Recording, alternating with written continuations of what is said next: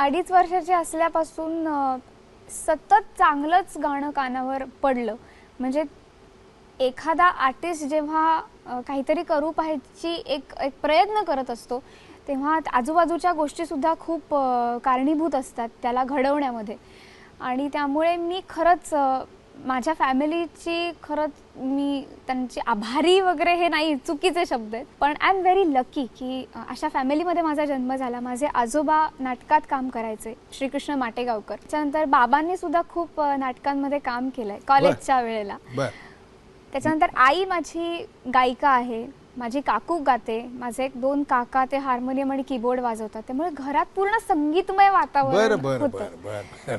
त्यामुळे मला असं वेगळं काही की इकडे गाण्याच्या क्लासला जा, मग तुला ती आवड लागेल आणि मग तू शिक, असं काही नव्हतं. लहानपणापासून मलाच माझं कळलं नाही की मला गायिका कधीपासून व्हायचं होतं हे मला आठवत नाही. पण जगजीत सिंग किंवा गुलाम अली साहेब किंवा लताबाई, आशाबाई, किशोरदांची मी खूप मोठी फॅन आहे. अर्थातच ते अभिनेते गायक आहेत, त्यामुळे मी त्यांना खूप माझं दैवत आहेत ते. तर ह्या सगळ्यांची गाणी मी लहानपणापासून ऐकत आले आणि ते संस्कार तसे घडत गेले. त्यामुळे 2.5-3 वर्षाची असल्यापासून बाबा मला सा लावायला सांगायचा किंवा आई मला घेऊन बसायची आणि हां आता तू सा लाव, मग रे लाव, हळूहळू सांगायची.